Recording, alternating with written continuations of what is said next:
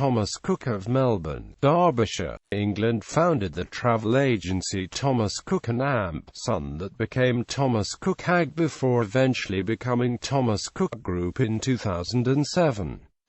Thomas Cook was born to Peter, who lived at 9 Quick Close in the village of Melbourne, Derbyshire, the couple's first child. He was named after Elizabeth's father, Thomas Perkins. John Cook died when Thomas was 3 years old, and his mother remarried later that same year. At the age of 10, Cook started working as an assistant to a local market gardener for a wage of 6p a week. At the age of 14, he secured an apprenticeship with John Pegg, and spent 5 years as a cabinet maker. He was brought up as a strict Baptist, and joined his local temperance society. In February 1826, Cook became a preacher, and toured the region as a village evangelist, distributing pamphlets and occasionally working as a cabinet maker to earn money. After working as a part-time publisher of Baptist and temperance pamphlets, he became a Baptist minister in 1828. In 1832, Cook moved to Adam and Eve Street in Market Harborough. Influenced by the local Baptist minister Francis Beardsall, he took the temperance pledge on New Year's Day in 1833. As a part of the temperance movement, he organized meetings and held anti-liquor processions.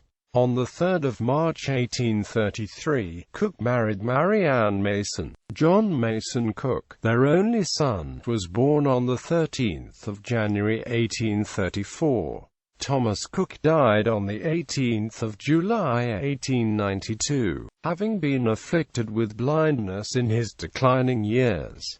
The first ever excursions. Cook's idea to offer excursions came to him while walking from Market Harborough to Leicester to attend a meeting of the Temperance Society. With the opening of the extended Midland Counties Railway, he arranged to take a group of 540 temperance campaigners from Leicester Campbell Street Railway Station to a rally in Loughborough, 11 miles away. On 5 July 1841, Thomas Cook arranged for the railway company to charge 1 shilling per person that included railway tickets and food for this train journey. Cook was paid a share of the fares actually charged to the passengers, as the railway tickets, being legal contracts between company and passenger, could not have been issued at his own price. This was the first privately chartered excursion train to be advertised to the general public, Cook himself acknowledging that there had been previous unadvertised private excursion trains.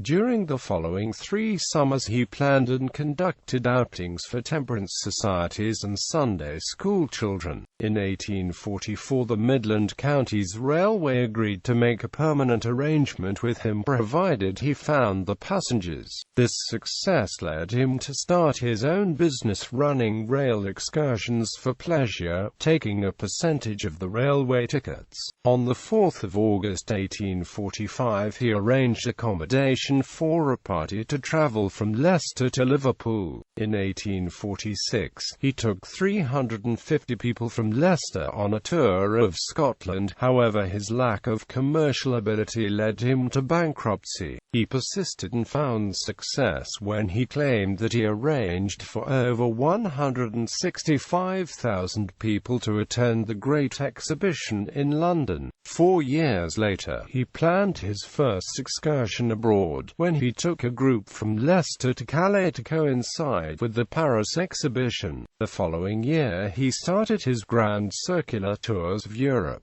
During the 1860s he took parties to Switzerland, Italy, Egypt and United States. Cook established inclusive independent travel, whereby the traveler went independently but his agency charged for travel, food and accommodation for a fixed period over any chosen route. Such was his success that the Scottish railway companies withdrew the support between 1862 and 1863 to try the excursion business for themselves. Thomas Cook & Son In 1872, he formed a partnership with his son, John A. Mason Cook, and renamed the travel agency as Thomas Cook & Son. They acquired business premises on Fleet Street, London. By this time, Cook had stopped personal tours and became an agent for foreign and domestic travel. The office also contained a shop which sold essential travel accessories,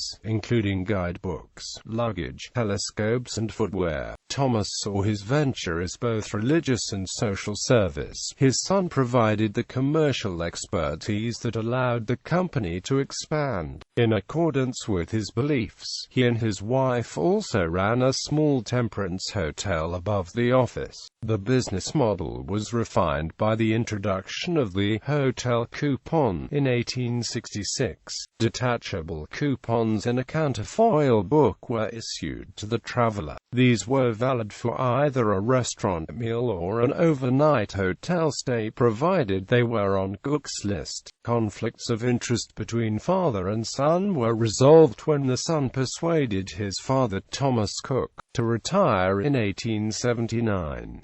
He moved back to Leicestershire and lived quietly until his death. The firm's growth was consolidated by John Mason Cook and his two sons, especially by its involvement with military transport and postal services for Britain and Egypt during the 1880s, when Cook began organizing tours to the Middle East. By 1888, the company had established offices around the world, including 3 in Australia and 1 in Auckland, New Zealand, and in 1890, the company sold over 3.25 million tickets. John Mason Cook promoted, and even led, excursions to, for example, the Middle East, where he was described as the second greatest man in Egypt. However, while arranging for the German Emperor Wilhelm II to visit Palestine in 1898, he contracted dysentery and died the following year.